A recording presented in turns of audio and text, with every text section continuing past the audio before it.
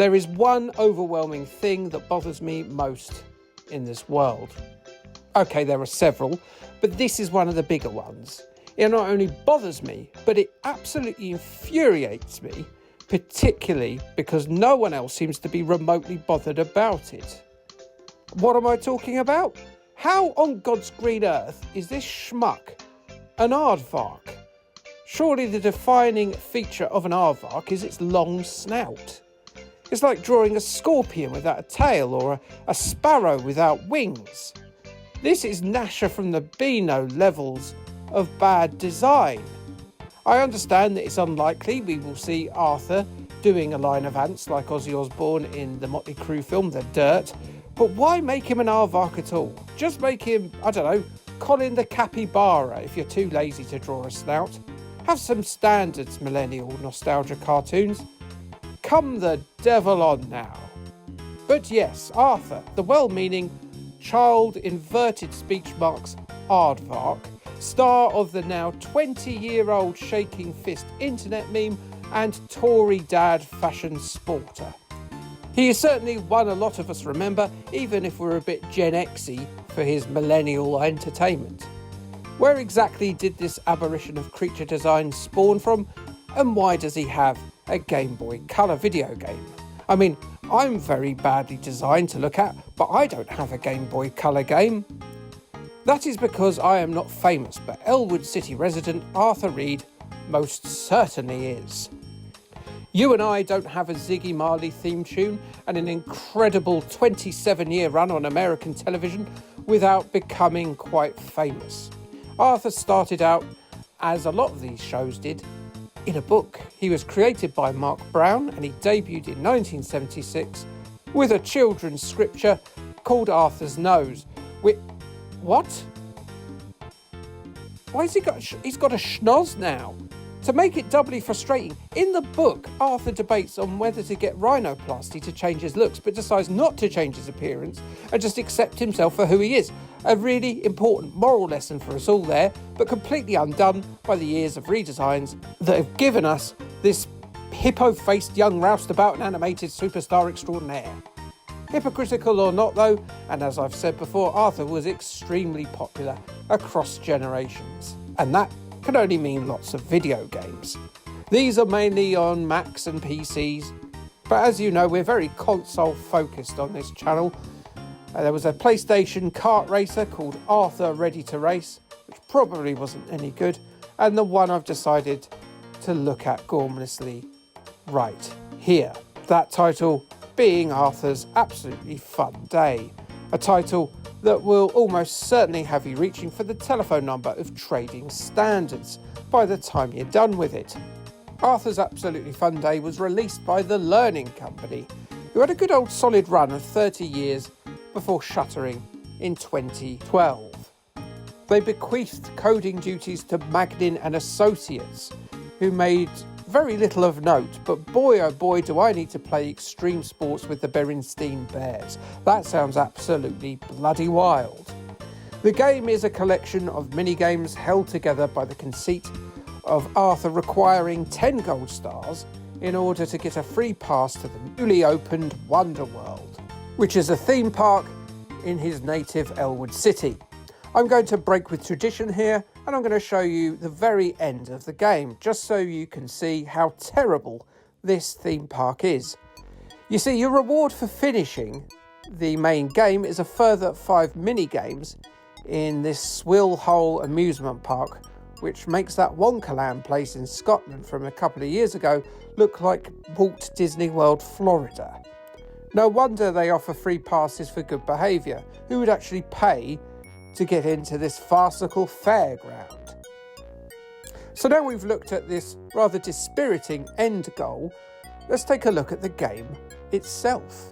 You start out on this overhead view of Arthur's neighbourhood, and it's from here that you'll access the Decker pack of depressing pap that is offered up by these mini-games. You can't actually fail any of these mini-games, by the way. You'll just continue to play them until you win. At least I think so anyway.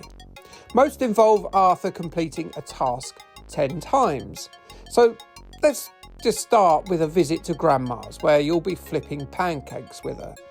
The aim is to perfectly cook the savoury treats on both sides and then place them on a plate. No doubt Grandma has a jar of terrified ants that she plans to garnish the cakes with. If you over or undercook the pancakes, Grandma will passively aggressively and wordlessly hoik them into the trash. The pancakes will gather dots to indicate how cooked they are, but you get a fairly wide window of pancake acceptance from Grandma, so she's not all bad, I guess. Now let's go and find Arthur's friend the Brain now. Not Bobby the Brain Heenan, just the Brain, in an exceedingly short top-down race. Pleasingly, there's scope for Arthur to destroy years of sugary sweet kindness in an act of barbaric cheating and run his pal off of the road. Should you dodge enough obstacles and keep ahead of the other cart, well, you'll be getting another star.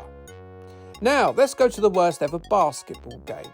You must shoot 10 hoops with his friend Francine watching on.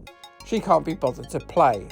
There's only one way to score, and that is to just lightly tap the button as very faintly as you can. And then you must do that exactly 9 times to then never have to play this again. Yes, you don't have to worry about charging it and accurately hitting in the middle of his leap. That'll just see it career over the roof. It is extremely badly designed.